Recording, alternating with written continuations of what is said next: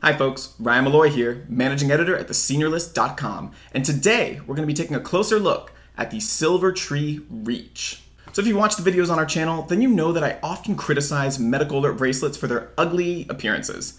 The Silvertree Reach, however, addresses this issue with a sleek design that looks just like a fitness wearable. It's also got fall detection, a GPS, emergency call center access, and an advanced app that connects it to a person's team of caregivers. But how well does it all work? In this Silvertree Reach review, I'll do a deep dive into the workings of this new medical alert device. I'll compare it to traditional senior safety devices, and ultimately, I'll explain why I would never recommend this product to anyone. Sorry, just being honest. Before we dive into this review, I'd like to remind you to hit the subscribe button below, and if you want to find out which devices I'd recommend instead of this one, check out the links in the description. Alright, let's get into it. So let's talk design. The Silvertree Reach is worn around the wrist. It's lightweight at 40 grams, and it has an adjustable silicone wristband, making it decently comfortable to wear. This thing also has an IP57 rating, meaning that you can bring it into the shower without damaging it. On the back of the Reach, you'll find its charging pins. To charge the Reach, you simply place it on the included charging dock. In our test, the battery on this device lasted roughly 8 days on a single charge. That's one of the best battery lives I've seen on a mobile medical alert, so good looks there. On the face of the watch, you'll see an LED light strip that will glow or flash various colors depending on the function being used. And on the side of the watch, you'll find its one sole button. This is what you'll press to trigger an SOS call. When I press the button, the light flashes red, indicating that my alert is being sent to my care team. When I double press the button, the alert is canceled, as indicated by the green light.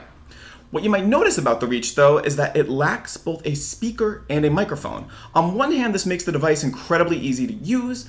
On the other hand, though, it raises the question, how does this device call for help? Allow me to explain. With most medical alert systems, an emergency call works like so. First, the user presses a button. Then, they're connected with an urgent response call center. During the call with the call center, the user, through their device, communicates with an agent, and based on the conversation, the agent will either contact emergency services or they'll contact a nearby loved one to come help in the event of a non-emergency. Additionally, most medical alert systems have some type of feature that alerts loved ones when an emergency call is placed if they want to check up on them. However, with no microphone or speaker, the Silvertree Reach works a bit differently. With the Reach, the user presses the button to trigger an SOS. If the SOS is not canceled within 15 seconds, then every one of your pre-selected emergency contacts, known as the care team, will receive both a text message and an app notification from Silvertree, alerting them of the SOS. The care team will then be presented with 3 possible actions to take. Alert Rapid SOS, which will send the SOS to the Urgent Response Call Center. Call, which will stop the SOS and call the user's phone. Or Stop SOS, which will notify the care team that you have stopped the SOS and that you are responding directly to the request for help.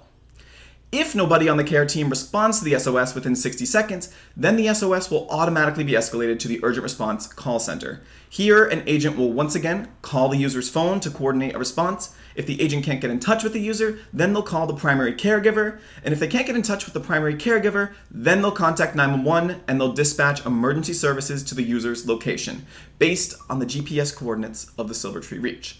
Whew, okay. So let's break it down. I think that a big issue here with the Silvertree Reach is that the device itself offers no direct communication abilities, and I foresee this causing both unnecessary 911 calls for non-emergencies and delayed responses to actual medical emergencies. So let me give you 2 hypotheticals. Number 1, let's say that I fall, I can't get up, but I'm otherwise fine with no injuries. This happens all the time with older adults. So I'm on the ground, I need help getting back on my feet, I press the button on my Reach and an SOS is triggered through the app. My loved one, who let's say happens to be grocery shopping, receives the notification. She can see my location, confirming that I'm at home, but she doesn't know the severity or lack thereof of my situation. To address this, she calls my home phone, but unfortunately my phone is over there, out of reach, and I can't get to it.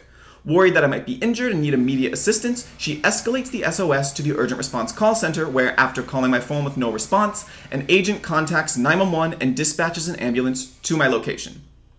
Of course, EMTs are often happy to help with lift assistance, but depending on where you live, the service might come at a cost, especially if it becomes a routine occurrence. Now, let's take the same scenario, but instead I'm wearing a medical alert bracelet with a speakerphone. I fall, I'm on the ground, I'm not injured, but I do need help getting up. I press the button on my medical alert bracelet, and an agent picks up the phone, and I communicate my situation through the bracelet itself. The agent, assessing that I'm not in danger, calls my loved one at the grocery store, and she drives on by to help me get back on my feet. No ambulance involved. Much more efficient, right? Now let me give you another hypothetical. This one is a little bit more dire. So let's say I fall, I hit my head on the way down, and now I'm on the ground, can't get back up, and I can feel my head throbbing. I press the button on my reach, sending a notification to my care team. Once again, my loved one is at the grocery store and she receives the notification. To assess the situation, she calls me, but I'm unable to answer my phone. So then she escalates the SOS to the urgent response call center. An agent receiving the escalation calls my phone. I'm unable to respond to the phone, causing them to contact 911, and finally, they send an ambulance. To me, this feels like an unnecessary amount of back and forth required to dispatch an ambulance for an emergency situation. We go from the Reach bracelet to a loved one's smartphone, they call my phone, then they escalate the call to the call center, then the call center calls my phone again, then they get no response, and finally they contact emergency medical services. During this time, I'm on the ground, waiting for help. Once again, let's use the same scenario, but with a medical alert bracelet. So I fall, hit my head, and now I'm on the ground. I press my help button and I communicate with the agent through my device that I fell and hit my head. Immediately, they dispatch an ambulance. So whether it's addressing a medical emergency or simply getting help back on your feet, I think that the Silvertree Reach's lack of a speakerphone is a big hindrance.